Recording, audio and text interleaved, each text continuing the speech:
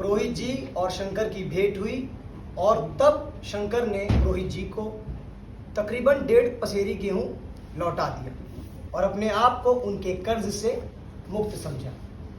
और इसके बाद रोहित जी ने भी कभी इस बात का कोई तस्करा ही नहीं किया। लेकिन उस बेचारे सीधे साधे गरीब को क्या पता था कि इस 1.25 सेर गेहूं का कर्ज चुकाने के लिए उसे दोबारा जन्म लेना पड़ेगा। एक दिन की बात है, रोहित जी और शंकर की भेंट हो गई।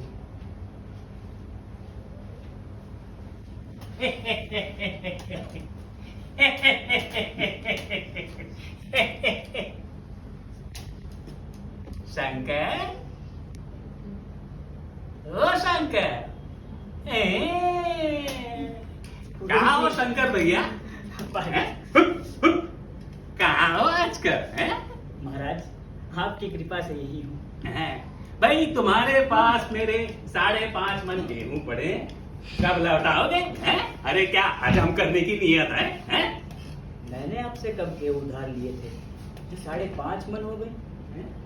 अब महाराज, आप बोलते हैं मेरे यहाँ ना किसी का छटाक भर अनाज है, ना 1 पैसा उधार। इसी नियत का तो फल भोगते हो कि खाने को भी नहीं जुड़ता है। अरे भूल गए, आज से 7 साल पहले तुम्हारे दरवाजे पर साधु महात्मा आए थे, उन्हें खिलाने के लिए तुम्हारी रसोई में एक दाना भी नहीं था। तुम मेरे दरवाजे पर आए थे, गिड़गिड़ाए थे, तो मैंने तुम्हें 1.25 सेर गेहूं दिया था। अब 7 साल के पश्चात वो 1.25 सेर गेहूं 5.5 मन हो गया है। याद आया? हाँ, याद आया।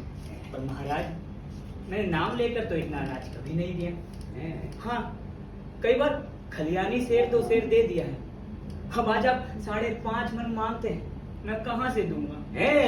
लेखा जो बख्शिश 100 कहाँ से दूंगा? अरे तुमने जो दिया होगा खलियानी में दिया होगा, उसका कोई हिसाब नहीं। अरे चाहे 1 की जगह 4 पसेरी दे दो। देखो, तुम्हारे नाम पर 5.5 मन गेहूं लिखा है।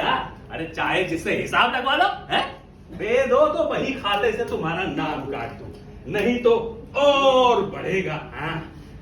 पांडे जी, क्यों एक गरीब को सताते हो?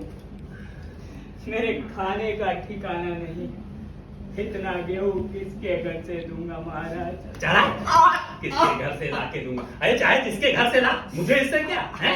अरे यहाँ नहीं दोगे तो भगवान के घर तो दोगे? नहीं महाराज, नहीं, ऐसी बात ना करो। आपका जितना होगा यही दूंगा। ईश्वर के यहाँ क्यों दूं? अरे इस जन्म में तो ठोकर खा ही रहा हूँ, उस जन्म के लिए क्यों काटे बहू? मगर ये कोई न्याय नहीं है। आपने राय का पर्वत बना दिया है। ब्राह्मण होके आपको ऐसा नहीं करना चाहिए था।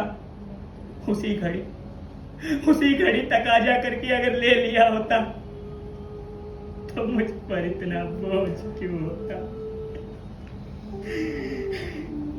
महाराज, मैं तो दे दूंगा, लेकिन भगवान के यहाँ आपको जवाब देना पड़ेगा।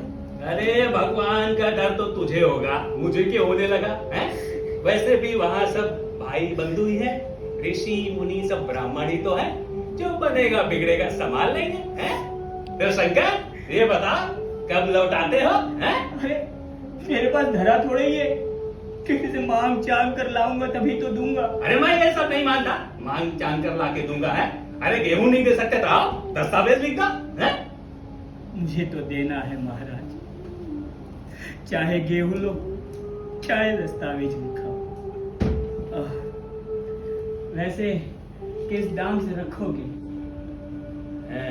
देख, बाजार भाव 5.5 का है, तुझे 5 काट दूंगा। नहीं, जब दे ही रहा हूं तो बाजार भाव काटूंगा। पाव भर छुड़ा कर क्यों बुरा बनूं? आया बड़ा। चला देख,